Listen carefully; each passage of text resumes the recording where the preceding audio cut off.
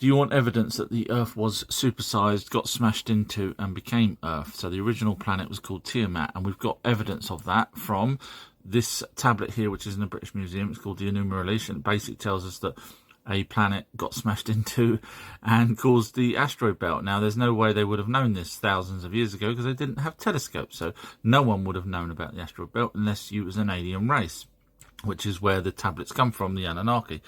So the Anunnaki say that about 4.5 billion years ago, that's when it all happened. However, mainstream saying that asteroid belt was around 4.6 billion years ago. So it's pretty much saying exactly the same thing. Now, does mainstream actually agree that there was another planet that smashed into Tiamat? Yes, they do, but they call it Theia. Slammed into Earth. Now, what they don't actually realise is Earth was the planet that got smashed into, called Tiamat. So they still agree that there was a planet smashed 4.5 billion years ago. Sadly, this religious person has, yes, yet another one, has said a few things. I've proved them wrong and now they get upset. So I'd like to ask this person, can you show me a couple of things? First, there is interdimensions. In other words, show me more than this dimension that we're in right now. Once you realise you can't, feel free to say sorry. Then also, if you can describe a demon. So, you know, for example, you can describe a monster. No, hang on, you can't describe a monster. A monster's just something scary. So when you try and describe a demon, you'll realise that the demon is just something that's evil. The original word actually for demon is meteorite, but you won't know that because you've obviously gone to the part of calling me a dummy. Oh dear, I win. Sorry. This person seems to have got a little bit confused on the word Anunnaki compared to gods. So obviously this person's probably not watched my 1,000+ videos. So just to let this person know that the word Elohim is the Hebrew word based off of the word gods, which is the race name for the Anunnaki. The word Anunnaki is just a name given to those ones that came to Earth.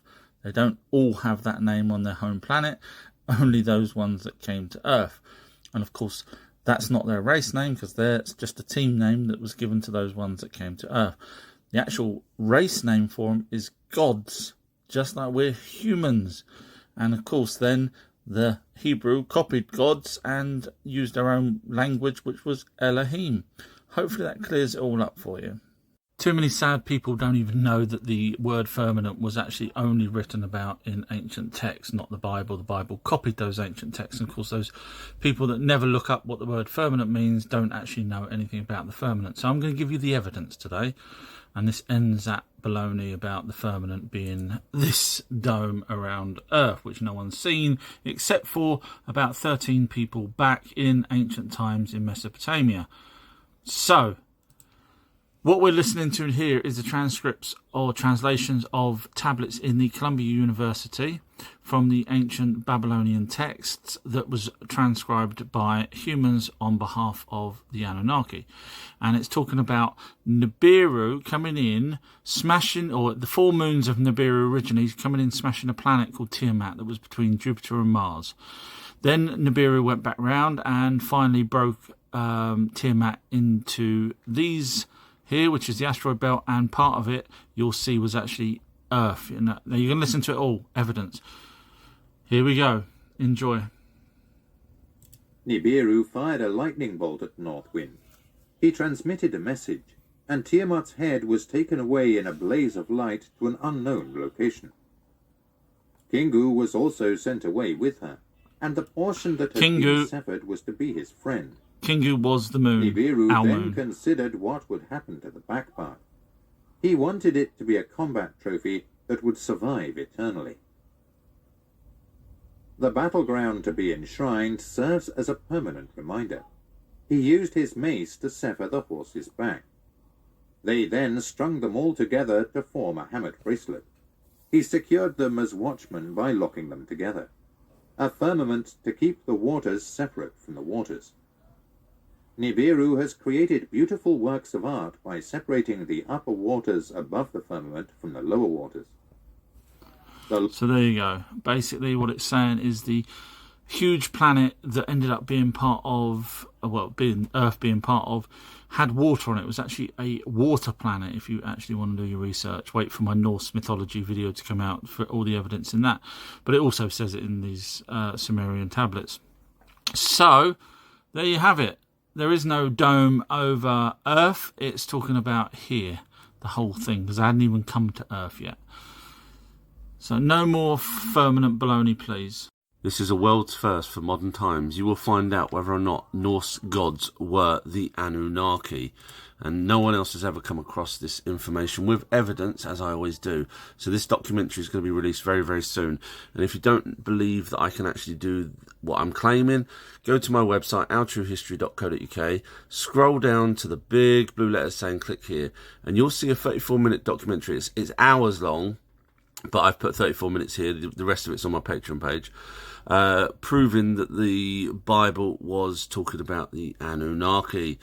So once you've watched that, then you're going to probably want, I hope, to watch the new Norse gods video. I've already done part 1, which proves what the frost giant was, which no one's ever worked out either. And I'm going through the whole Norse mythology and connecting it where it is connected to the Anunnaki. So find out which gods were which. I'm going to tell you the exact truth why God allowed the flood to happen. So we know the Anunnaki were gods. That was their race name. Watch the end of the video for more evidence on that. So the Anunnaki had a thing that they called fate or destiny. And basically, if humans wasn't here, if they didn't create humans, then the flood would have still happened, because it was to do with Nibiru coming back round and being fairly close to Earth, in which case it caused the ice shelf in the Antarctic to slide off and cause a tsunami, as it says in these ancient tablets. And as you see here, these are translations of ancient tablets where the Anunnaki always looked at fate, and unfortunately ENKI, creating us, changed the fate of Earth, so they allowed the flood to happen. So evidence that the Anunnaki were, go to my website, ourtruehistory.co.uk, scroll down to where it says click here in big blue, and that's your evidence that the gods were the Anunnaki in the Bible. I am the best researcher. TikTok blocks me on my lives. As you see here, it pretends that there's robots listening in, so they limit the amount of people. But no, I'm that good. This is really important. It's about Adam and Eve. So this guy here works at Penn Museum, and he's done a lecture, and I've listened to the whole lecture. I'm just going to play a bit for you, and so you'll see it's so important. But I would like to connect it now with the flood story, because I think that we can start to see some interesting things. So basically he's saying that Adapa, which was Adam, out of Adam and Eve, was possibly Noah or Zudra. So let's have a look. Now, straight away, obviously, I knew he was wrong.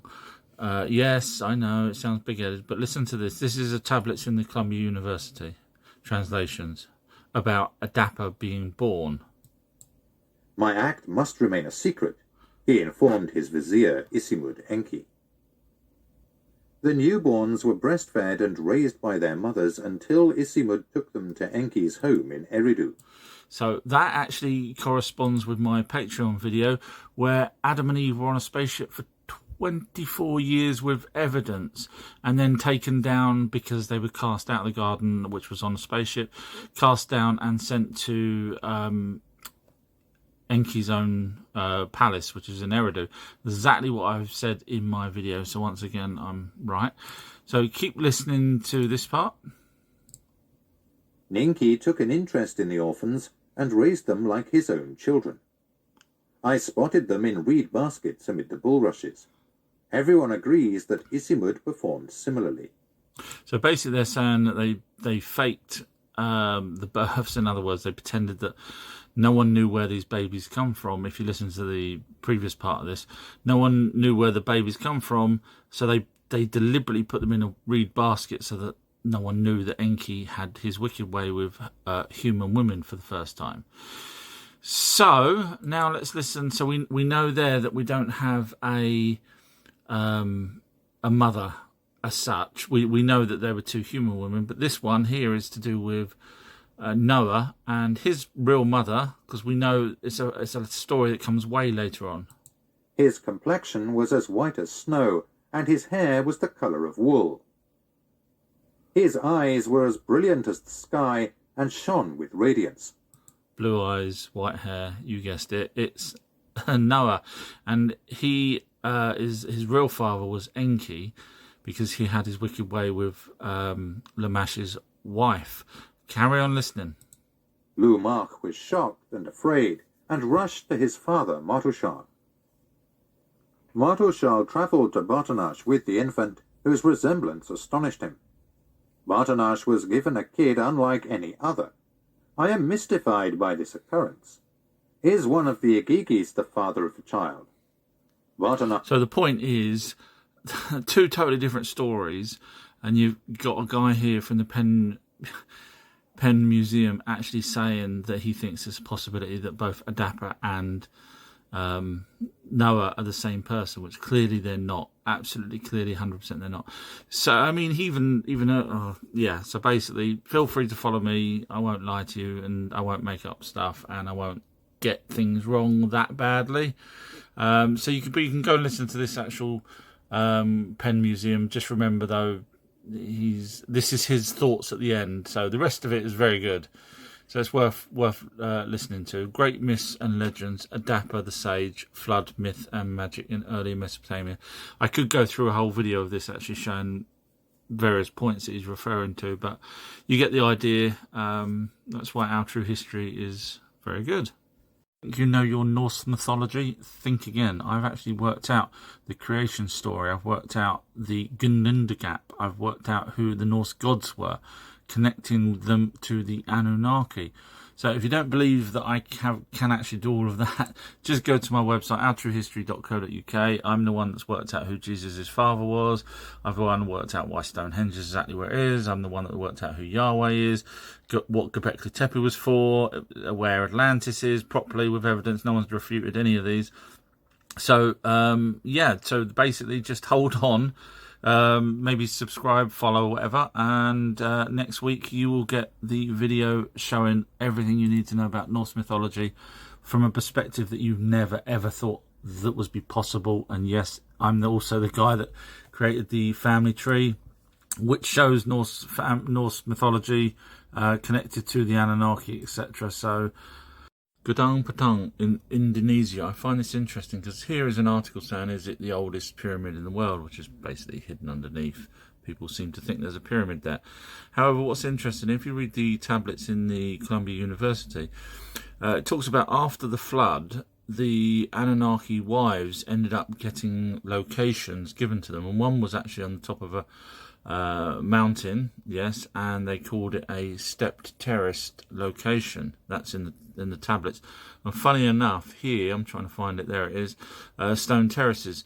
So, and they were talking about faraway lands as well. So this was probably one of the locations that the Anunnaki wives went to, while their men went out and did whatever they were doing, and the women would be in charge of this location here, which makes a lot of sense because they weren't always staying in Mesopotamia.